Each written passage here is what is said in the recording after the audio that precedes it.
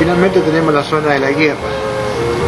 Esta zona de la guerra, que comprendía toda la parte sur del río Biobío, tenemos el centro o región de Arauco, la zona de Angol, que eran pequeños fuertes españoles, la región de Valdivia, Villarrica, Osorno, y también una parte de la isla de Chiloé con la ciudad de Castro.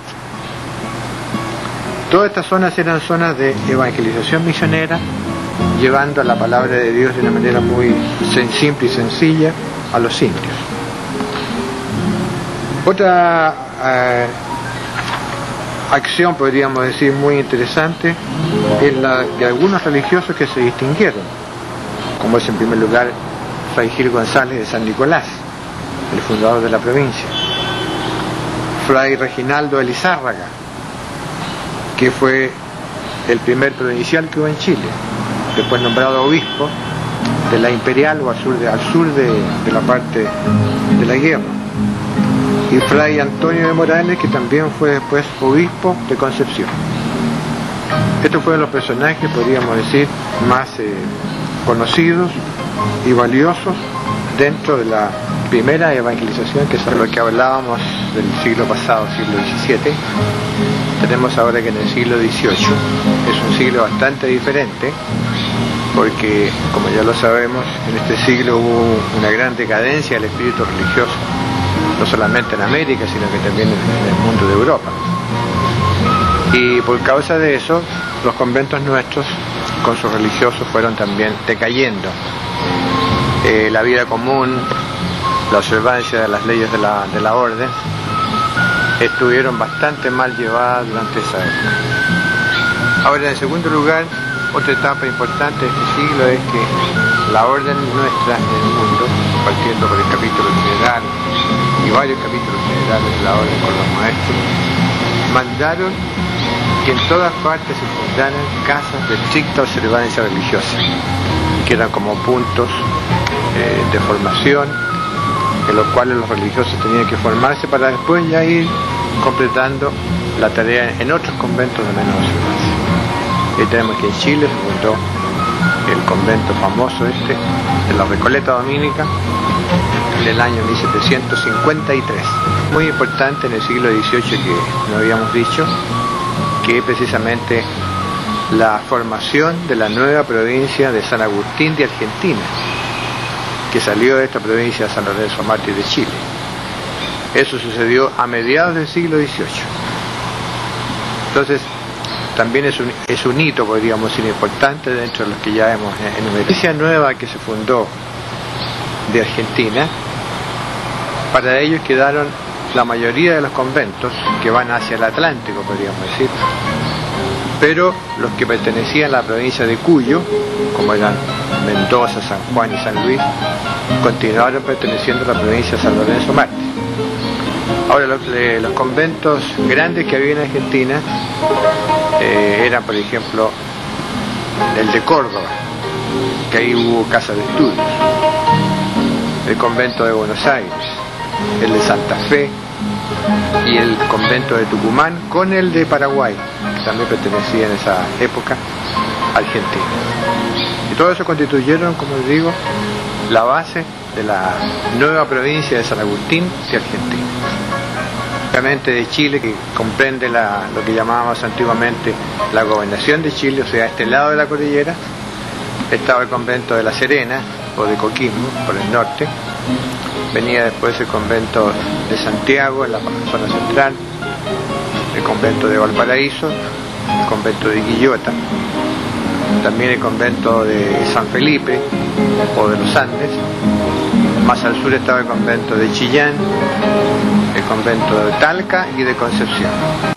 Todos estos eran los conventos que había en la parte propiamente de Chile, dentro de la formación de la provincia o de la gobernación de Chile. La independencia nuestra, que lógicamente fue en el siglo XIX, encontramos dos episodios que podríamos decir son fundamentales para la labor que la orden nuestra desarrolló a nivel de los primeros tiempos de la independencia. En primer lugar, tenemos el padre Fray Francisco Cano, que era confesor del último gobernador español que hubo en Chile, el señor Carrasco,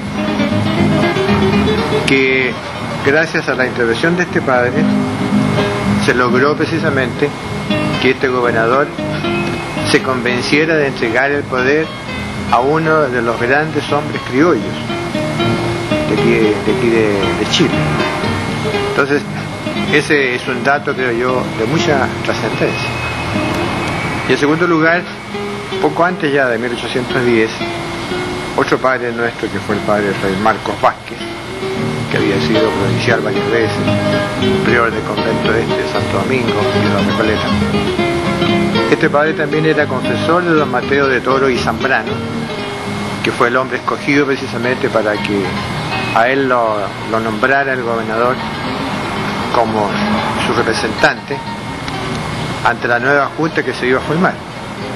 Entonces el padre Marcos Vázquez logró convencerlo a este señor para que él se hiciera cargo del gobierno, porque ya era un hombre de bastante edad que no quería meterse en ningún problema. Entonces, gracias a este padre se logró la formación del primer cabildo abierto que hubo en Chile, para poder entonces nombrar una junta de gobierno que representara, como quien dice, al rey de España dentro de la etapa esa importante que había, ya que sabemos bien que en España había sido tomado el gobierno por los franceses. Entonces el rey de España prácticamente no podía gobernar, estaba preso.